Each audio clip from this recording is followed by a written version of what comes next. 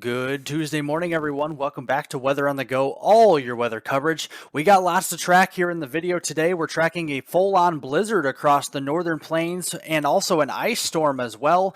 And we have a multi-day severe weather outbreak across much of the southern plains and the deep south through this week, followed by a northeast snowstorm going into this upcoming weekend, followed by a polar vortex moving across the northern plains and into the center of the country, going towards the Christmas holiday time frame. If you guys are new to the channel and have not subscribed, everybody down below hit the subscribe button and the notification bell to get all of my daily weather forecast updates on this channel. I cover Canada, the United States, and the tropics and everything in between on this channel, so hit that subscribe button down below and the notification bell to get all of my daily weather forecast updates here on this channel. Looking first across the northern plains, you see lots of colors up there. We got winter weather advisories in the purple. We got pink shaded colors of winter storm warnings, and in the orange we actually have blizzard warnings, especially across western South Dakota, western Nebraska, getting into northeastern Colorado, eastern portions of Wyoming, and far southeastern Montana. Those are blizzard warnings there in the orange shaded colors, where we're expecting lots of wind and lots of snow here in the coming days. Looking back here at the last 24 hours across the Rocky Mountains, we've definitely had our fair share of some snowfall across areas here into Idaho, back into western Wyoming through Utah, getting into portions there of the higher elevations of New Mexico and Arizona, and even western Colorado.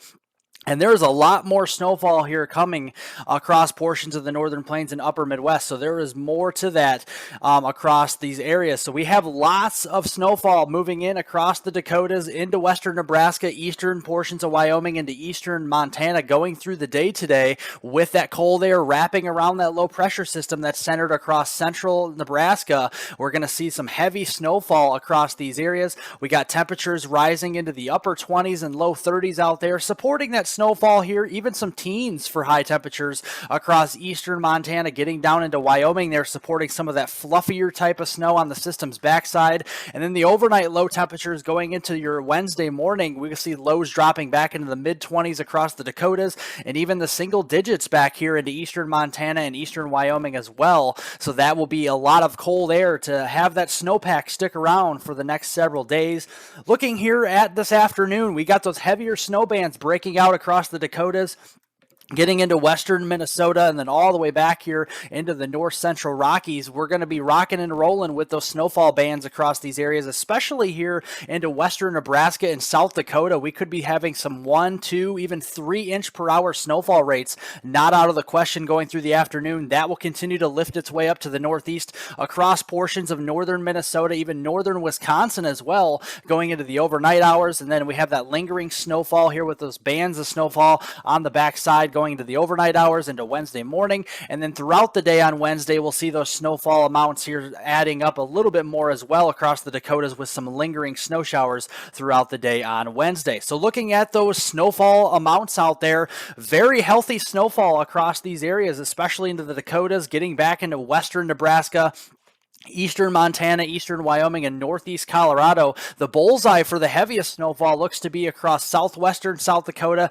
and western Nebraska there into the panhandle of Nebraska. We could be topping over 2 feet of snowfall when we're all said and done. And again, this will be a wind-driven snow, so definitely some blizzard-like conditions on the backside here of this system. We have all those very cold winds blowing from north to south across these areas, and we also see those wind gusts actually over 40 and even 50 miles per hour here. So again, a lot of blowing and drifting of the snowfall here. Even after the snowfall has ended across these areas, we're going to see what we call a ground blizzard, where we have those gusty winds moving over that fresh snowpack and blowing that around here, the roadways and everything like that. So definitely some nasty travel as we head through the next 24 to 48 hours or more across these areas into the northern plains. We also have to deal with the ice threat as well. We actually have ice storm warnings across eastern South Dakota, far southwest Minnesota, and extreme northwestern Iowa here in the purple shaded colors. Ice storm warnings are pretty rare, and we could be seeing ice amounts over 1/4 of an inch in some spots here, especially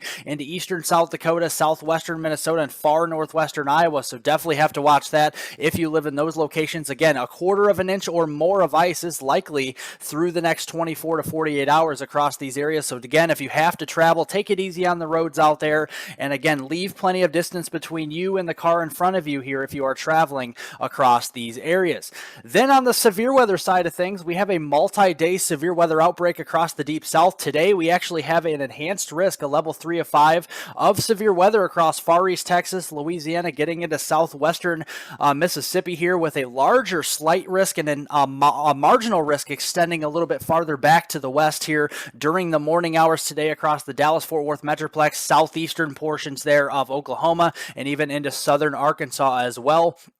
Looking at the hazards here with this system, we have a 10% hatched area for significant tornadoes today, where we could have one or two of these tornadoes that do develop that could become long track strong tornadoes across far east Texas, north central Louisiana, into southwestern Mississippi, and then that 2 to 5% shading there of tornadoes even back down over across the Dallas-Fort Worth area, Texarkana, Little Rock, and then getting over toward Jackson, Mississippi, and New Orleans as well. We have that 15 to 30% shading as well for some damaging winds that could be in excess of 60 miles per hour. So some widespread damaging winds are possible across these areas later on today, and then a lower end threat for hail as well, with those hailstones possibly over 1/4 of an inch, especially into East Texas and into Louisiana later on today.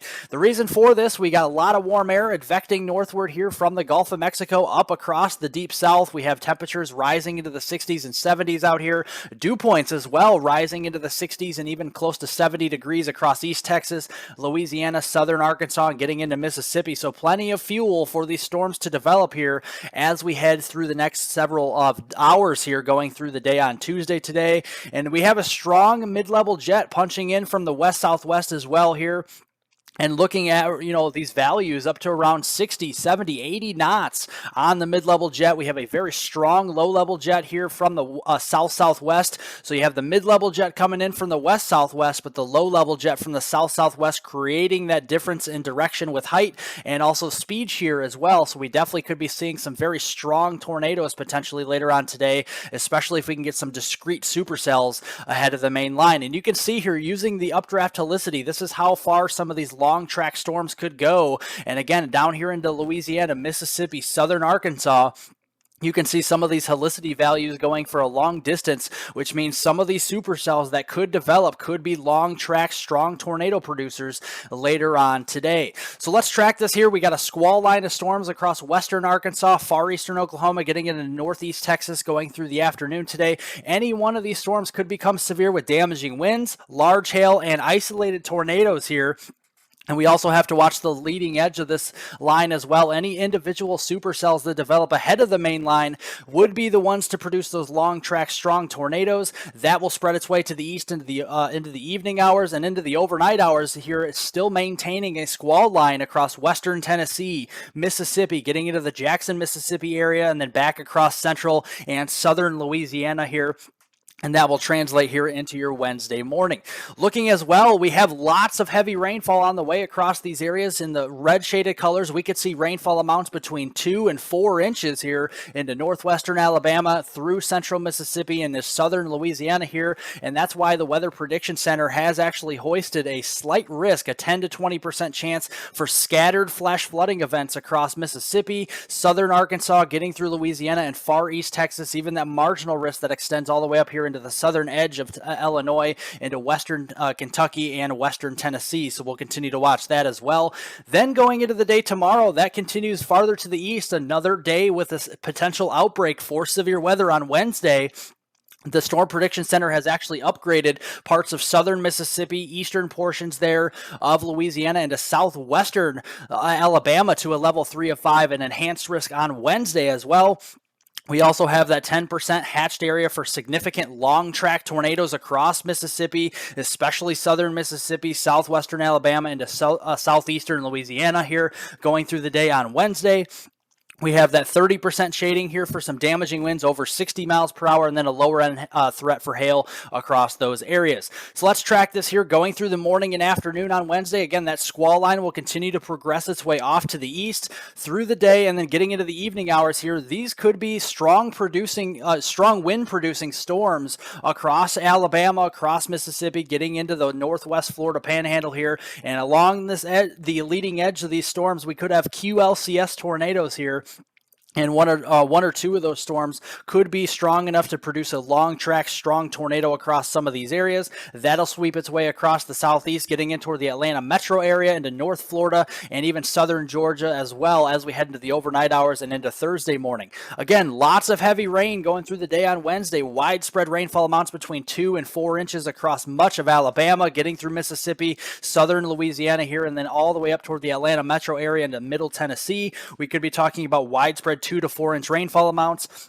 And a large swath across the entire state of Alabama, much of North Georgia into middle and eastern Tennessee, the western Carolinas, all the way down through Mississippi, Louisiana on your Wednesday. We have a slight risk for flash flooding across those areas with that heavy rainfall. Then as we head into Thursday, again, another day of severe weather. The outer banks there of the Carolinas from Myrtle Beach and portions there of eastern North Carolina all the way down through Jacksonville, Florida, Savannah, Georgia, getting back across the Orlando area, Tampa Bay, Naples, Florida. We have a slight risk to even a marginal risk for severe weather on Thursday. You can see that squall line will continue to progress its way off to the east here as we head through the morning hours on Thursday into the afternoon. But then looking here at the next 5 days or so across much of the country, especially the eastern 2/3 of the country, lots of rainfall on the way, lots of snowfall on the cold side of the system. So definitely lots of precipitation on the way through the next 5 days. And as we get here into late this week, we're going to be watching a renewed area of low pressure develop here right off the coast or near the coast here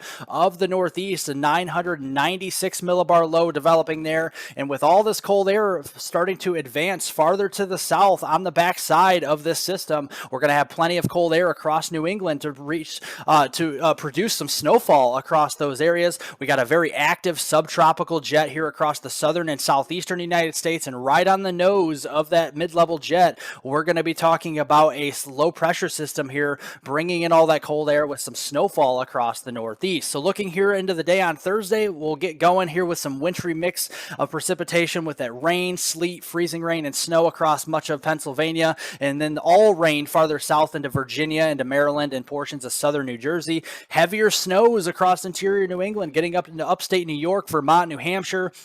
That'll be as we head into the overnight hours on Thursday into Friday here on December 16th. That will spread its way a little bit farther to the northeast up into portions of Quebec, Ontario, getting up there towards Maine as well, where we could see several inches of snow, guys, coming up as we head into this upcoming weekend. And look at these snow amounts, guys. Yeah, we got to break out the snow blowers across these areas going into this upcoming weekend. We got some heavy snows, over a foot of snow possible across upstate New York, getting across portions of Vermont, New Hampshire, and especially northern Maine, and even some heavier snow down here into northern portions of Pennsylvania. So yeah, definitely breaking out the shovels and the snow blowers out there as we head into this upcoming weekend. Looking at the GFS model, again, any little bit of a wobble with the track of this system will mean the difference between all rain or just a heavy snow event. Again, if it wobbles its way a little bit farther west or east by 50 to 100 miles, again, could mean the difference between that. So we'll continue to fine tune this. The GFS a little bit closer to the coast here, towards Boston, towards New York City. But again, any little deviation in this track could mean the difference between no snow and maybe a foot of snow. So we'll continue to fine tune that as we get closer. But behind this storm system, we're going to be watching the polar vortex here up into Canada. This is going to be dropping south into the United States going into next week on December 19th on your Monday. And that really makes an appearance across the northern plains, the upper Midwest, and the Pacific Northwest going into the middle of next week to start the first day of winter on Wednesday, December 21st there. And then looking here at the Climate Prediction Center's 8 to 14 day temperature outlook from December 20th through the 26th time frame, right through Christmas Day and a day after that as well, we're going to be seeing likely, if not expected, to be below normal across much of the eastern 2/3 of the United States. We got that positive PNA coming back here across here portions of coastal California, with above normal temperatures across places like San Diego, San Francisco, Sacramento, and then down toward the Los Angeles area with that positive PNA. We also have a high pressure system developing across the Aleutian Islands. And again, what goes up must come down. And with the high pressure and ridge across the Aleutian Islands, that's going to force that polar vortex farther to the south. So looking at your temperatures going into Monday, December 19th, these are afternoon highs. We got the warmer air to the south here, relatively speaking, but all those below zero high temperatures up into southwestern, southern Canada, getting into portions of the Dakotas and Montana, and looking here into the middle of next week to start the first day of winter on Wednesday, December 21st, below zero high temperatures, possibly double-digit below zero high temperatures going into the Dakotas, Minnesota, Wisconsin, getting down into Nebraska and much of the Intermountain West here, with that freezing line dropping all the way south into central Texas, northern Arkansas, and into parts of the Ohio Valley. And then look at the wind chills as we get into that time frame as well. Toward the 21st of the month, we could be seeing 40, even 50 below wind chills here for wind chill values across the Dakotas, northern Nebraska, getting back into the Intermountain West, and much of southern Canada from British Columbia to western Ontario as well during that time frame. And again, during this time frame, we'll have to watch that transition here between the warmer air and that polar vortex, because we might have that, strong subtropical jet remaining active, and we could see maybe a low pressure system or two try to develop toward the middle of next week or the end of next week toward that Christmas time frame here on the southern edge of this this subtropical jet from the southern plains and up through the Ohio Valley. And on the northwest side of that system, we could be talking about some heavier snows, but again, it's a little bit uncertain this far out to see how much snow or if any snow will be happening late next week. We'll be fine-tuning that as we get a little bit farther along. But the Climate Prediction Center's precipitation outlook does favor maybe some clipper type systems across the northwestern United States here, across Montana, getting into the Dakotas, and again, maybe some active weather down here into Florida, probably in the form of rainfall here with some warmer temperatures across Florida and the immediate southeast United States. Well, thank you guys so much for watching. Definitely appreciate it. If you guys liked the video, press the thumbs up down below. Leave any comments, questions, and concerns below as well. Subscribe to the YouTube channel, guys. Thanks to all the new subscribers out there. Definitely appreciate it. And hit that notification bell to get all of my daily weather forecast updates here on this channel. Have a great Tuesday, everybody. A great rest of your week, and I'll see you all in the next video.